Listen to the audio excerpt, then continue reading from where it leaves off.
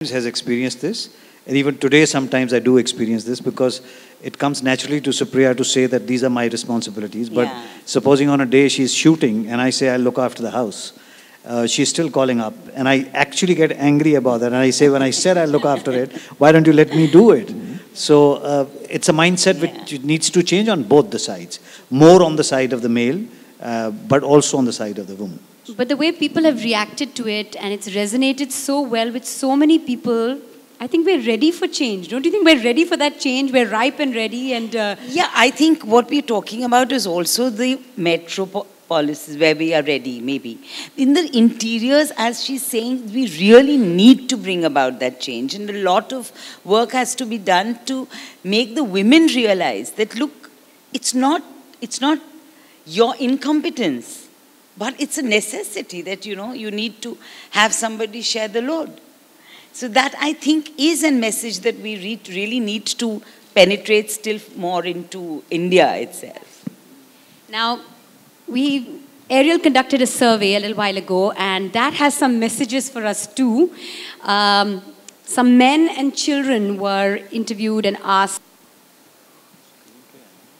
Okay, are they going to be on stage? Or as per that survey, on the one hand we talked about how we are ready for change, but yet more than 70% of Indian men believe household chores are a wife's job, and more than 70% of children believe that household chores are basically their mom's job. And the fact that they're both 70%, exactly, it says everything, doesn't it? Yeah. It's all about mindset. What would you like to say? And it's all about still being able to penetrate in mindset change. So definitely starting from home, setting examples as what is mentioned in the film, but it needs to go beyond to say what's happening in school, playgrounds. Do women get access to playgrounds, or they are put into a Sivan class or something like that? So every step of this division of labor that gets reinforced, we need to challenge. And that is what we are hoping to do along with this campaign is over. I think for us, because we've been working on this for last many years, and I'm sure that Ariel is also going to continue this process. It's not going to be over with one ad or a campaign. How do we take this process forward and really be part of the movement for change? And that's what we want to do post the campaign. Very quickly, don't you find there would be some sort of we're ripe and ready for commercials like this, messaging like this, but yet this is how we think. I think it all comes down to conditioning. Yes. And it's not just years, but like millions and millions of years of conditioning. You know, I think it's just reflective of that. How that's going to change and what we need to do to change that. Of course, it's going to be a really long process.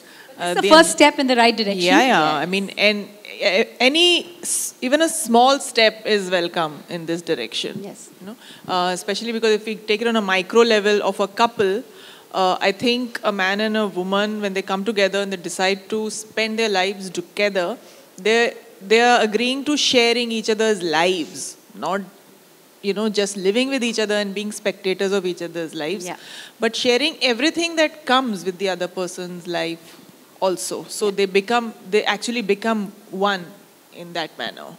Okay, how many dads do we have here? Please put husbands, dads. I'm not going to call you on stage. Just I want to see. Nobody? Like seriously? They're just scared to put their... Has been happening and what should happen in today's time with the changes historically that are happening with both men and women.